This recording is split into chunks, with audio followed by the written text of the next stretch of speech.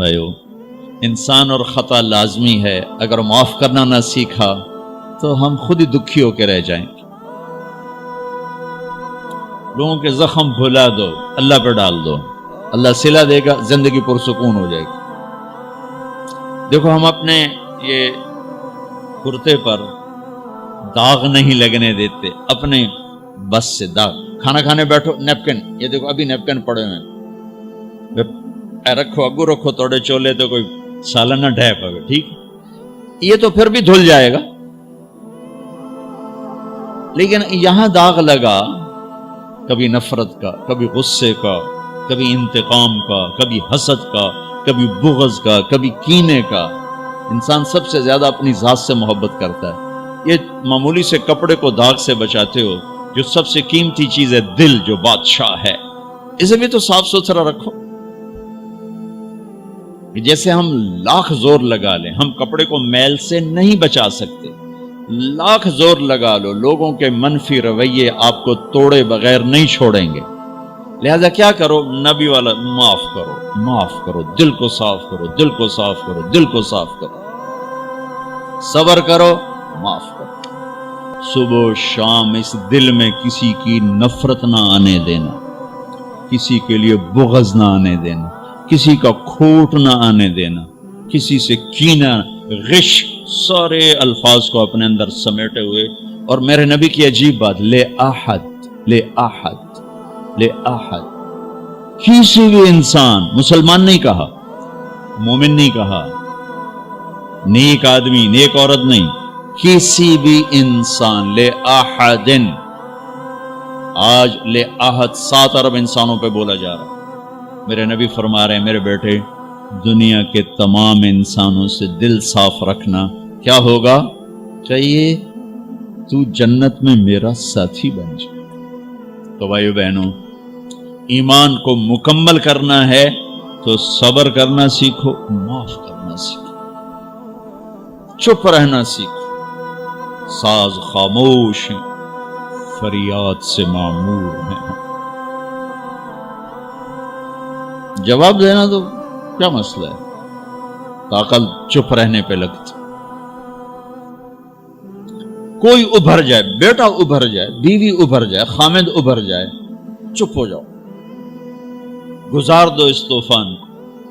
واپسی میں ایمان کی وہ اللہ حلاوت مٹھاس دے گا، ساری زندگی محسوس کرتے پھرو۔ یہ صفت بھی معاشرے میں کوئی نہیں، نہ کوئی معاف کرنا جانتا ہے، نہ کوئی صبر کرنا جانتا۔ اللہ تعالیٰ نے سورہ یوسف جیسی کہانی اور کوئی نہیں سنائی۔ خود اللہ نے کہا، نحن نقص علیک احسن القصص، میرے محبوب آپ کو سب سے خوبصورت کہانی سنو، سب سے خوبصورت کیا ہے؟ یوسف کی کہانی۔ اور کسی نبی کا یوں تفصیل سے چلتے چلتے واقعہ پورے قرآن میں اور کہیں نہیں جیسے یوسف علیہ السلام کی کہانی۔ یوسف علیہ السلام کے بھائیوں کے ظلم کی وجہ سے 40 سال ان کو در بدر ہونا پڑا، 40 برس گھر سے جدا رہے، پھر تہمت لگی، نبی ابن نبی ابن نبی ابن نبی، پھر جیل 309 سال، بضع سنین۔ جن بھائیوں نے یہ دکھ پہنچایا تھا ان کے ساتھ کیا ہونا چاہیے تھا؟ میں صرف ان کا اب جملہ بتاتا ہوں جو یوسف علیہ السلام نے جب اپنا تعارف جب بنیامین کو روک لیا، آپ پیچھے بھائیوں نے جا کر بتایا کہ بنیامین نے چوری کر لی تھی، اس کو وہ روک لیا ہے وزیر خزانہ نے۔ یعقوب علیہ السلام نے فرمایا کہ نہیں بیٹے، میرا یہ خط لے جاؤ اور اس کو دے دو تو وہ امیدیں چھوڑ دے گا۔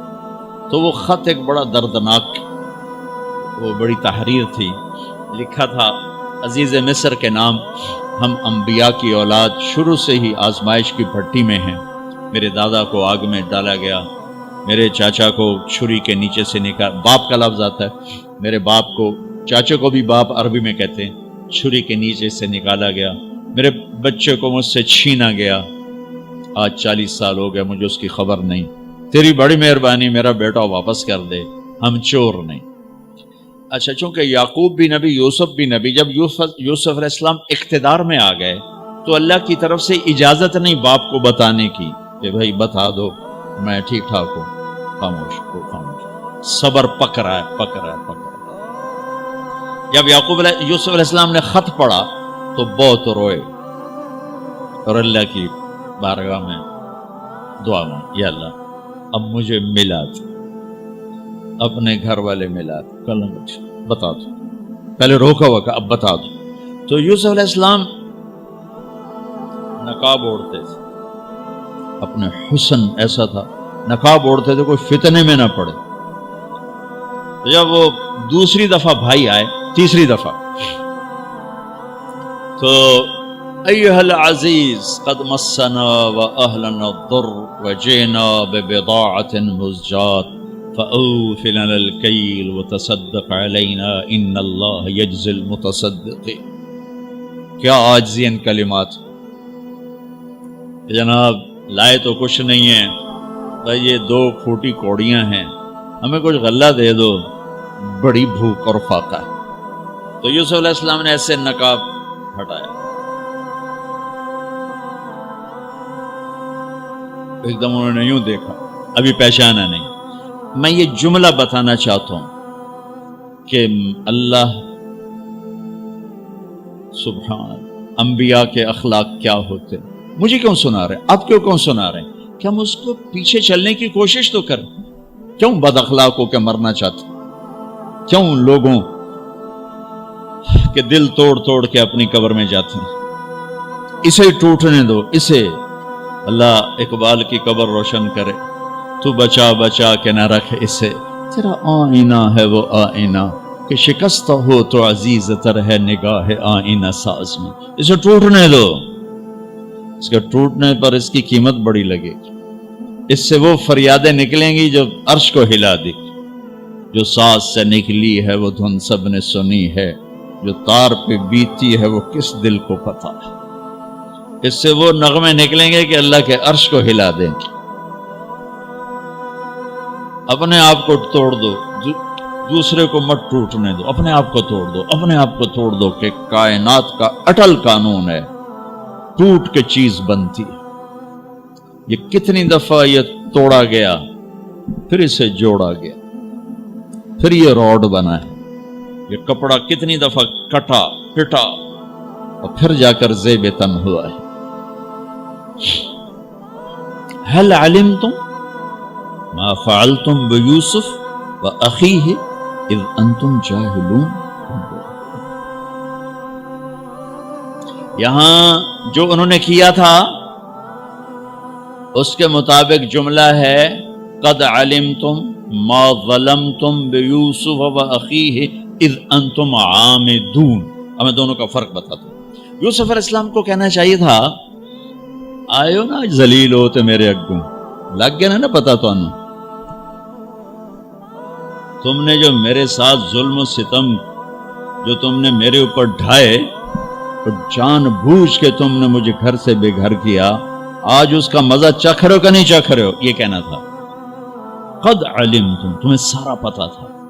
تم نے مجھے گھر سے نکالا, کنویں میں ڈالا, بازار میں بکا, تہمتیں اپنے دامن میں سمیٹ کے جیل میں گیا. یہ کہنا تھا.